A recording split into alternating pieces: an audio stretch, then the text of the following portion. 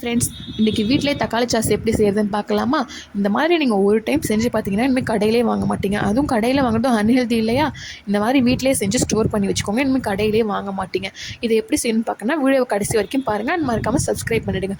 அதுக்கு ஒரு 2 medium size தக்காளி எடுத்து நல்லா ஸ்லைஸாக கட் பண்ணி வச்சுருக்கேன். இதை வந்து ஒரு கடாயில் சேர்த்துக்கோங்க. சேர்த்துட்டு நல்லா கிண்டி விடுங்க. கிண்டி விட்டுட்டே இருக்கும்போது இதுலேருந்து தண்ணி பிரிஞ்சு வர ஸ்டேஜ் வந்துடும். தண்ணி பிரிஞ்சு வர ஸ்டேஜ் வரும்போது கொஞ்ச நேரம் தண்ணி விட்டு நல்லா கிண்டி விட்டுட்டே இருங்க. இதுலேருந்து தண்ணி பிரிஞ்சு வர வரைக்கும் கிண்டிக்கிட்டே இருக்கணும். நானே இது நல்லா வருமா இல்லையான்னு நினச்சி தான் ட்ரை பண்ணி பார்த்தேன். ஆனால் சூப்பராக வந்துருந்துச்சு. நீங்களும் ட்ரை பண்ணி பார்த்துட்டு எப்படி இருந்துச்சுன்னு கமெண்ட்ஸ் சொல்லுங்கள். இப்போ நான் வீடியோவில் காட்டுறேன் இல்லைங்களா, இந்த மாதிரி கொஞ்சம் தண்ணி ஊற்றிருந்தீங்கன்னா இந்த மாதிரி நல்லா வந்து அந்த தோல்லாம் தனித்தனியாக பிரிஞ்சு வந்து நல்லா தண்ணி விட்டு இந்த மாதிரி கொதிக்க ஆரம்பிச்சிடும். இந்த ஸ்டேஜில் நீங்கள் ஸ்டவ் ஆஃப் பண்ணிடுங்க. ஸ்டவ் ஆஃப் பண்ணி நல்லா ஆற வச்சு எடுத்துகிட்டு ஒரு மிக்ஸி ஜாரில் போட்டு இதை அரைச்சி எடுத்துக்கலாம். மிக்ஸி ஜாரில் போட்டு நீங்கள் பல்ஸ் மூடில் வச்சு அரைச்சாலும் அரைச்சிக்கலாம், இல்லை ஒரு 3/4 வச்சு அரைச்சாலும் அரைச்சிக்கலாம். இந்த மாதிரி அரைச்சி எடுத்ததுக்கப்புறம் இந்த மாதிரி சல்லடை கரண்டி இருக்கும்ல, அதை வச்சு சலிச்சு நல்லா பியூரி மாதிரி எடுத்துக்கோங்க.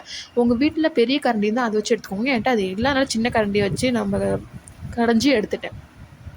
இப்போ இந்த பியூரி மாதிரி வந்திருக்கல நம்ம மறுபடியும் அதே கடாயில் ஊற்றிப்போம். இந்த மாதிரி பல்ப்லாம் இருக்கல, தக்காளியோட விதை அதையும் நீக்கிடுங்க. நான் அதை பார்க்கல, கடைசியில் அந்த வீடியோவில் தான் நான் பார்க்குறேன். நீக்கிட்டு நல்லா கொதிக்க விட்டதுக்கப்புறம் கொஞ்சம் உப்பு சேர்த்துக்கோங்க. கொஞ்சோண்டு உப்பு சேர்த்துட்டு கொஞ்சம் சர்க்கரை சேர்த்துக்கலாம். நான் வந்து எனக்கு தேவையான அளவுக்கு ஒரு 2 ஸ்பூன் சர்க்கரை சேர்த்துருக்கேன். 1 ஸ்பூன் தான் சேர்த்தேன், அப்புறம் ஒரு 1.5 ஸ்பூன் சேர்த்துருக்கேன்னு நினைக்கிறேன். இந்த சர்க்கரையை சேர்த்து நல்லா கிண்டி விட்டுட்டேன். உங்களுக்கு எவ்வளோ சர்க்கரை வேணுமோ அவ்வளோ சேர்த்துக்கோங்க. நல்லா கிண்டி விட்டுட்டு இது கூட வந்து லெமன் இருக்குல்ல, ஒரு 1/2 லெமனை எடுத்து அதை நல்லா கொட்டை இல்லாமல் நீக்கிட்டு நான் புளிஞ்சு வச்சுருக்கேன். உங்கள் வீட்டில் ஒரு வேளை வினிகர் இருந்ததுன்னா நீங்கள் அது கூட ஒரு 1/2 மூடி சேர்த்துக்கலாம். என் வீட்டில் வினிகர் இல்லை. அதுவும் இல்லாமல் நம்ம எதுவுமே சேர்க்காமல், எந்த கெட்ட பொருளும் சேர்க்காமல் சேர்க்குறோம் இல்லையா. வினிகர் ஒன்றும் கெட்டது கிடையாது, இருந்தாலும் நம்ம எந்த ஒரு ஆர்டிஃபிஷியலும் சேர்க்கறதுனால நான் லெமனையே வந்து புளிஞ்சு சேர்த்துக்கிட்டேன். ஒரு 1/2 ஸ்பூன், அதாவது 1/2 லெமன் இருந்தால் கூட போதும். அதுவே நீங்கள் வந்து புழிஞ்சு சேர்த்துக்கலாம். இதை சேர்த்துட்டு நல்லா கொதிக்க விட்டுடணும். நல்லா கொதிக்க விட்டதுக்கு அப்புறமே கொஞ்சம்னா மிளகாத்தூள் போட்டுக்கோங்க. ஒரு 1/4 டீஸ்பூன் அந்த மாதிரி லைட்டாக மிளகாத்தூள் போட்டால் கூட போதும்.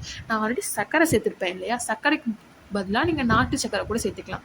பாருங்கள், நான் கொஞ்சோண்டு தான் லெமன் சேர்த்துருக்கேன். அது 1/2 மூடி மட்டும்தான். ஏன்னா அது ஒரு லைட்டான ஒரு புளிப்பு சுவையை கொடுக்கும். அது இன்னும் சூப்பராக இருக்கும். இதை சேர்த்துட்டு நல்லா கிண்டி விடுங்க. நல்லா கிண்டி விடும்போதே உங்களுக்கு பார்த்தீங்கனாலே தெரிஞ்சிடும் இது வந்து சாஸோட பதத்துக்கு வந்துச்சு. இந்த மாதிரி நல்லா தூக்கி ஊற்றி பார்த்தீங்கனாலே உங்களுக்கு சாஸ் மாதிரி வந்துடும். இதை நான் ஆல்ரெடி சாண்ட்விச் கூடயும் வச்சு சாப்பிட்டு பார்த்துட்டேன். சூப்பராக வந்துருந்துச்சு. நீங்களும் செஞ்சு பார்த்துட்டு எப்படி இருந்துச்சுன்னு மறக்காமல் கமெண்ட்ஸில் சொல்லுங்கள். நாளைக்கு வேறு ஒரு ரெசிபி வீடியோவில் பார்க்குறோம். அது வரைக்கும் சேனலை சப்ஸ்கிரைப் பண்ணிவிடுங்க. Okay, bye friends. வேறு ஒரு வீடியோவில் பார்க்கலாம்.